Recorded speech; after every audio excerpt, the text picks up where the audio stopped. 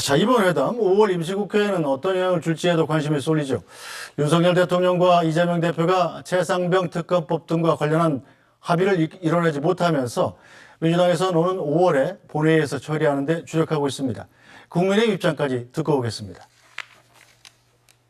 국회법을 어기면서까지 직무를 유기하고 특검법을 반대하는 것은 또 하나의 수사 방해이자 진실을 은폐하는 것입니다. 국회법의 규정대로 국민의 명령대로 정부 야당이 책임 있는 자세로 5월 임시회에 적극 협조해 줄 것을 부탁드립니다. 5월 2일 본회의는 반드시 열어야 합니다. 그리고 5월 2일 본회의에 해병대 장병 순직 사건과 관련된 특검법과 전세사기 특별법은 반드시 처리돼야 합니다. 저희들 입장은 민생법안 처리, 합의된 민생법안 처리를 위한 본회의를 열겠다면 동의해 줄 수 있습니다. 그러나 정쟁 유발할 수 있는 그런 법안들을 처리하겠다는 본회의는 동의하기 어렵습니다. 그건 전략에 관한 문제니까 답을 할 수가 없죠. 네, 자, 소영주 부대변인. 네. 일단 대통령은 이 독소 조항이 좀 해소되면 검토할 수 있다 이런 입장이 아니었습니까? 최상병 특검법과 이태원 특검법. 자, 이게 그런데 사실상 민주당이 거부 의사를 밝히면서 강행 처리하겠다고 예고한 상황이잖아요. 그렇습니다. 이 독소 조항 해소에 대해서 이 의논할 계획은 없는 건가요? 독소조항의 부분들을 여기서 길게 설명할 필요도 없고요. 그거는 말한 대로 어떤 사법권을 넘어서는 게 아니라, 그러니까 민간위원회가 검찰한테 요청을 하는 겁니다. 영장을 이거를 필요한 사항이니까 영장을 심사해서 발부해 주십시오. 그러니까 발부를 위원회가 할 수가 없잖아요. 이거는 사법권에 말씀한 대로 이거는 파괴니까.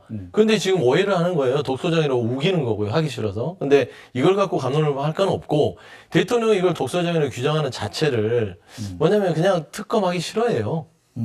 특검하기 싫고 특별법 하기 싫다. 이 얘기로 저는 받아들이고요. 그 다음에 지금 보면 윤재욱 지금 원내대표께서 얘기하는 걸 보면 이게 참 이 국민의힘의 현 주소입니다.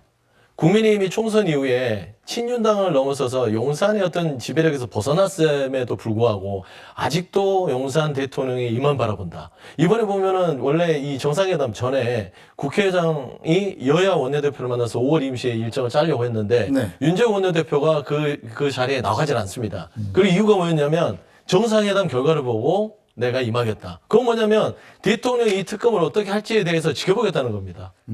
물론은 기존은 안 받겠다고 했겠지만 혹시나 대통령이 적극적으로 받는다고 하면 윤재욱 원내대표가 대통령의 뜻을 거절해서 이렇게 엇박자 낼 수 없잖아요. 네. 그러니까 결국에는 보고하겠다 했는데 결국에는 대통령이 정상회담에서 특검법이나 특별법 안 받겠다는 의사를 밝히니 바로 민생법안 회의는 5월에 합의해 줄 수 없다는 거잖아요. 그러니까 지금 홍익표 원내대표는 이런 상황에서 국민들이 이 총선 민심에서 보여준 명령에 대해서 민주당이 이 부분은 단독으로 강행할 수밖에 없다라는 어떤 이제 말하자면 이야기를 하는 거거든요. 네. 결국엔 국민의힘은 용산의 지배에서 벗어나지 못했다는 점에서는 뭐 특검법 단독 처리 할 수밖에 없다. 그걸 봅니다. 네, 자, 김철 교수님이 윤 대통령이 특검법에 대한 기존 태도를 그대로 유지한 게 오히려 민주당한테 강행 처리에 명분을 준 게 아니냐 이런 지적도 있긴 합니다. 그렇더라도 뭐 제가 볼 때 만나든 안 만나든 어차피 지금 민주당에서 보면 21대 국회 법안을 거의 한 달 정도 남겨놓고 거의 뭐 밀어내기식 거의 털어내기식 하고 있는 상황이거든요. 저는 뭐 지금 좀 다른 게 22대 국회에서는 국민의힘이 108석이지만 지금 21대 국회는 116석이거든요. 네. 그렇기 때문에 아마 민주당에서 어떻게 이 특검 법안을 강공으로 또 처리한다고 하더라도 재결될 가능성이 굉장히 좀 낮는 거죠. 네. 그렇기 때문에 저는 오히려 어제 영수회담을 했기 때문에 저는 이재명 대표하고 어제 대통령께서 만나셨기 때문에 나름대로 민주당에서 조금 정치적 냉각기를 가지는 것도 좋겠다. 왜냐하면 지금 21대 국회가 계속적으로 어떤 특검 법안이라든가 양곡법이라든가 여러 가지 것들을 사실 여야 합의 없이 처리되면서 계속 거부권 정국이 반복이 됐었거든요. 네. 그렇다면 이런 상황이 그럼 22대 국회 가서도 계속적으로 이렇게 거부권 정국이 되는 것이 맞느냐?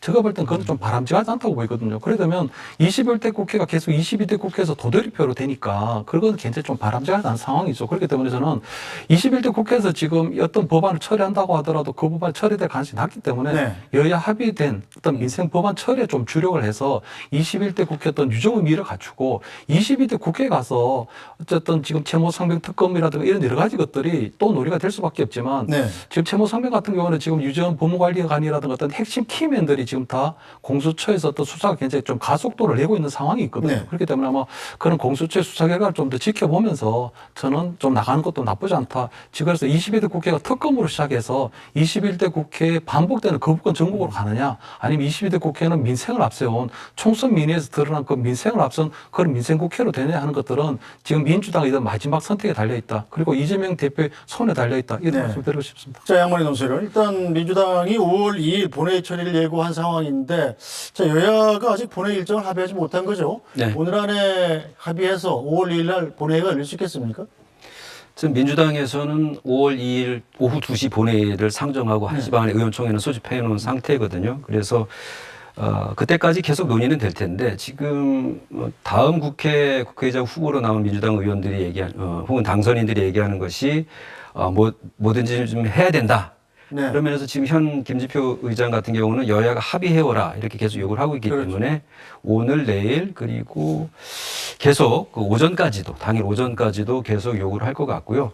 오늘 홍익표 원내대표가 실력 행사를 하겠다는 표현을 썼거든요. 그러니까 그런 민주당이 어떤 이제 전략을 가지고 있는지 원내 전략을 가지고 있는지 좀 봐야 될 것 같고 좀 전에 그 대변인 말씀하신 것처럼 쟁점은 이태원 참사 특별법하고 최성병 특검법안 이게 크게 두 가지거든요. 그렇죠. 그런데 최성병 특검법안에 대해서는 대통령이 언급이 없었다는 것이고 또 하나는 이태원 참사 특별법에 대해서는 영장 청구권이 법 체계에 맞지 않는다 이런 독소조항을 취지로 언급했죠. 이게 독소조항을 언급을 했는데 제가 그 법안을 찾아봤거든요. 네. 그러니까 압수수색 영장 청구 의뢰 이렇게 되어 있습니다. 그러니까 조사위원회에서 조사를 하다가 어떤 자료를 획득해야 되는데 이게 여의치 않을 경우에 이게 꼭 필요하니 영장을 발부받을 수 있도록 당연히 법원에서 발부하는 네. 것이죠. 수사기관에서 영장을 청구하도록 수사기관에 네. 의뢰할 수 있다 이런 건 아니거든요. 이거는 이번에 처음 등장한 것이 아니고 전에 세월호 참사 네. 조사할 때 사회적 참사 특별법에도 있었던 조항입니다.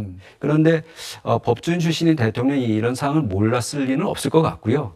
이런 이유로 해서 이태원 참사 특별법에 대해서 반대한다는 의사를 이제 네. 보였기 때문에 국민의힘으로서도 뭔가 좀 내용상의 협의를 이룰 여지는 좀 상당히 적어진 것이 아닌가 이렇게 봅니다. 네.